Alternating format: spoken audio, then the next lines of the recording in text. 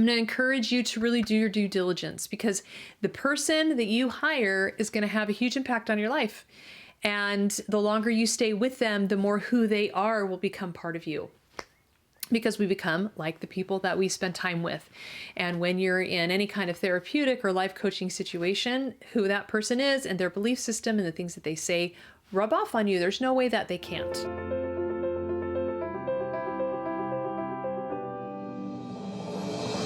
Okay, I just want to take a minute and give you 9 questions that you can ask when you're trying to hire a life coach. And here's why.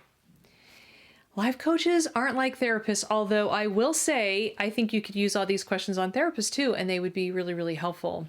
But there's not like a formal education. There's not like a graduation process, a certification process, oversight, any of that. I mean, literally, I'm a life coach right now if I decide to call myself a life coach. That's pretty much, and I know that there's training programs. I know that there's coaches that can have certain certifications, which is great. You could look for that kind of stuff too. But many people want to try that because therapy wasn't as effective, or because they want something that's a little more like, not like I need therapy because I've got issues, but more like I want to grow as a person. I want to, move forward, work through some blocks. Like, I don't know. I don't know what your reasons might be, but these questions will be helpful to kind of log away in the back of your mind. Maybe you could take out a piece of paper and take some notes. We're just going to run through these pretty quickly. I'm going to encourage you to really do your due diligence, because the person that you hire is going to have a huge impact on your life. And the longer you stay with them, the more who they are will become part of you, because we become like the people that we spend time with. And when you're in any kind of therapeutic or life coaching situation, who that person is and their belief system and the things that they say rub off on you. There's no way that they can't. And so you want that to be a good experience. You want it to be as uplifting and nurturing and positive for you as possible. And you can use these when you talk to your therapist too, or when you go out and try to find one, or just when you're looking for a program that you might want to engage in, and you want to decide if it's going to be something that's really going to be a good fit for you. So the first question: does this person or the people in the organization that you're looking at have the life that you want? Okay. Maybe it's a happy marriage. I'll never forget when my husband and I went to marriage therapy the first time. And in one of the first sessions, we found out that the therapist was divorced. Now, that's fine. I don't have anything against divorce. It's just that it would have imbued a little more confidence in me had she not been divorced. Had she been married for a long time, I would have been like, okay, well, she navigated her relationship. She's going to help me navigate mine, right? Do you really know them? Like, just watching an intro video by them, or even someone in your life that might recommend them, it doesn't mean that you know them. And so you want to do everything you can to get to know them. Read bios. If they have any kind of social media, watch it for a while. Pay attention to the words that they use, the priorities. What kinds of things do they post about? What kinds of things do they believe in? What kinds of things do they say? How do they talk about other people in their life? Just look for clues to their character, because no matter what, you want someone with a good, solid character who you can really lean into. That's what really matters most. Second question: what is their base belief system? So we like to talk about it at the Mission Driven Mom as a worldview. There's a lot of ways to think about it, but the secondary questions to this is, are they congruent with it? And do you agree with it? Because just like an author can't write out of their worldview, or a parent can't parent outside of their belief system, it's always coming through. Whatever it is you hold dear, whatever it is you value the most, whatever it's most important to you, it's going to come through. And so they cannot divorce. They try to. It's fascinating though, because now we're kind of like on the other side of the table with this. Like, for a long time, they told therapists that they couldn't like bring religion and faith into it. But now they're forcing therapists to do affirmation therapy instead of, if someone comes to them and says, I'm struggling with this, but I don't want to have that problem. In some instances, the therapist can't help.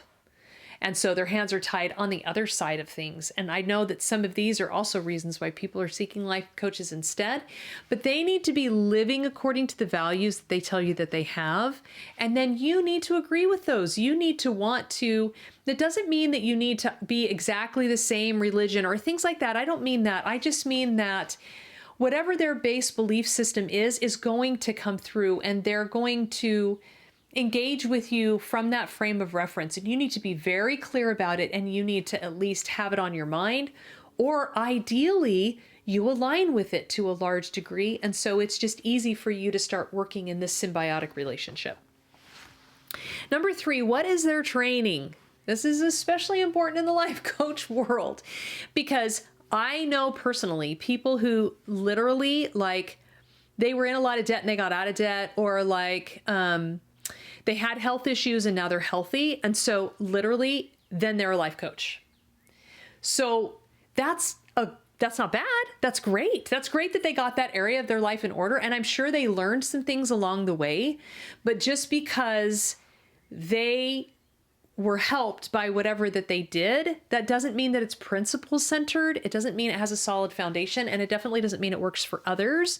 And it also may not align with like the truth all the time, or reality, or whatever the case might be. I mean, we know that environment is so vital, because we know that good and bad environments have huge impact on youth and on adults, you know? And so you need to be able to see that they've had some kind of comprehensive training. You need to be able to see that they have had great results in their own personal life, and that they have helped a lot of people of like varying backgrounds and situations to have whatever results it is that they're promising you that they're going to get you. And ideally look for a person who's invested in ongoing training and improvement. So those are all things that are really important to look for in whoever you're going to hire to coach you in life. Number 4, do they care about you? Now, this is hard to tell a little bit like on the outset, but some ways that you could know that they care about people is by reading a lot of reviews. And also, if there's a possibility to ask for references and reach out to people that have worked with them. You can also see just how they respond and how their organization responds. If you reach out and you get like negative feedback, or they don't respond to you, they ignore you, they don't answer your questions, if they don't ask about you, if they talk about themselves a lot and all of this kind of thing, how they're caring about others in their life, some of this that you could probably glean from their socials. And you're not going to be able to always tell all of this right at first, but also if you've logged some of this away and you've done your due diligence and you start into working with them, and then some of these things show up, then you'd be like, oh, on alert, like this looks like they're not really caring about me. Or whatever else it is, this looks like they don't actually have the training that they're telling me that they have, or this program hasn't actually been vetted really well, or whatever the case might be. Number 5, do you see lives changed by what they do? What's the proof of their effectiveness? Now, literally everyone can most people can pull together some testimonials, but are those testimonials really generic? Are they written, or are they video? Like at the Mission Driven Mom, we have a lot of video testimonials, so we can't really fake that. Like that's that person like actually saying it. And the more detailed the results, the more you know that this program must be working, because people can talk in depth about it. It's not just like a feeling like, I can't super remember how I felt when I started, but I'm pretty sure I feel a lot better now, or things seem like they've improved. Specific testimonials about exactly what the nature is of the change that they've helped to affect. And then the more real those are, and the more of them they are, like that does tell you something about the effectiveness of their program. Also, you could look for kind of like, how long do you need to work with them, and how long will this change take for you? And it needs to be reasonable. I mean, I know people have been in therapy for 10, 12, 15 years, and there are cases in which that's necessary, but some of the people that I know, it's not really, there's not the kind of trauma that would merit that. And that leads us into, that's another question further along, actually. I'll bring that up in just a minute. So number 6, what's the methodology? There are a lot of like therapeutic methodologies like psychotherapy or EMDR or energy work.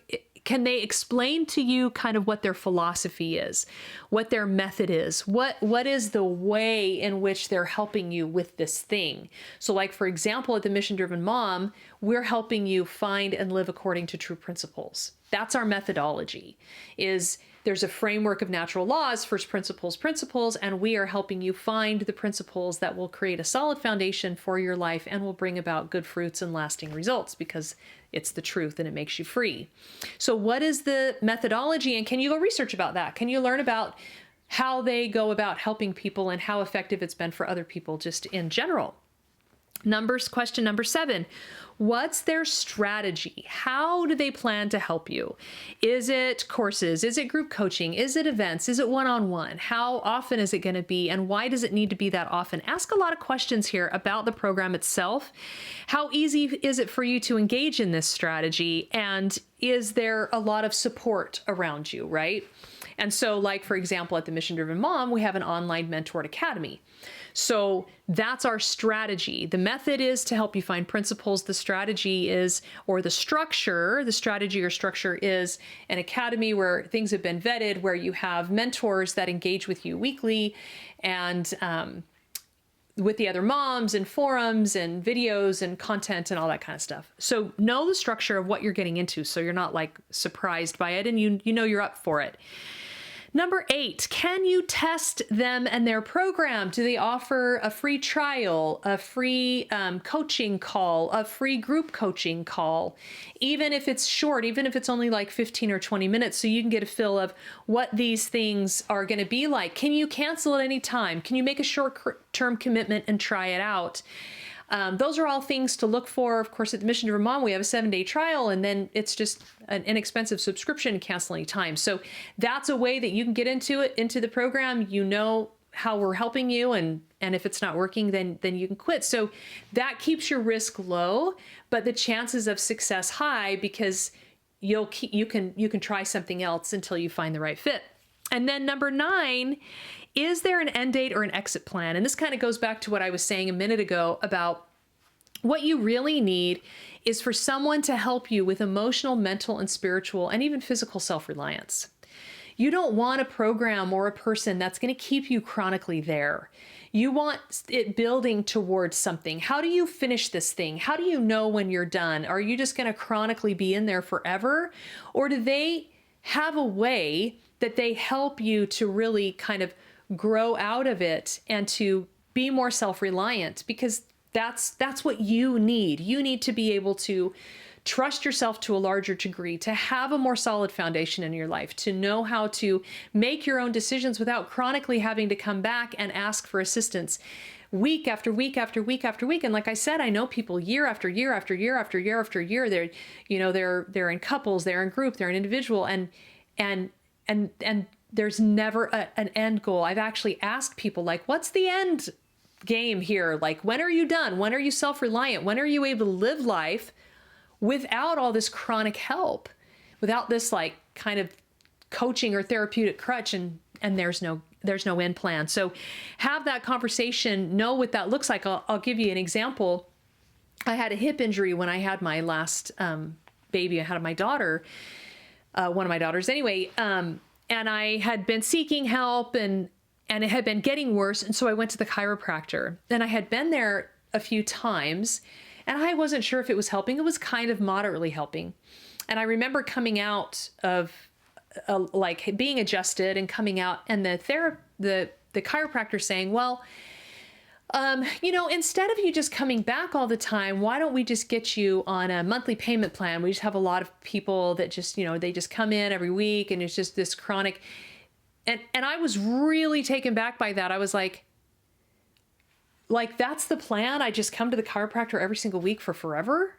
Like, I'm sure there are situations where maybe that's necessary, but like, I've just got some trouble in my hip. I just was blown away. And then I found a physical therapist who had a myriad of different types of training. And the first thing she said to me when I walked in the very first time was, I don't want to see you more than 3 times. That is my goal. I want you in here, I want you healthy, and I want you gone. I have a lot of people that need to see me, but the main goal is for you to be healthy, get you as healthy as quickly as possible. And we did a few more than 3, but I knew that she wasn't trying to like rope me in and like make me her family's residual income. Like, she really wanted to help me be physically self-reliant and be able to get the strength and the independence from her that I really needed. So like I said, this is an important decision. Make sure that you're really intentional and you're really doing your homework and you're writing down the answers to all these questions, because for good or for ill, this person or this program or this group of people that you're about to engage with are going to have an impact on your life, and you want it to be the very best outcome possible for everybody. And you want to be their dream client, and you want to be their you want them to be your dream program or community or coach. So hopefully those 9 questions are helpful.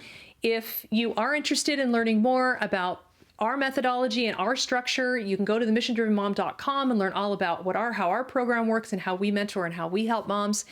But hopefully that has been helpful. If you've had a good or bad experience with a life coach, please tell us in the comments below, and we can talk about how this is going for you and your life experiences. But be wise, be careful, and get healthy and whole by finding the very best person and program to help you and your circumstances. So hopefully these questions helped. If you want to know more, I actually have written an article, Why Self-Help Doesn't Help. You go to themissiondrivenmom.com and grab a free copy of that.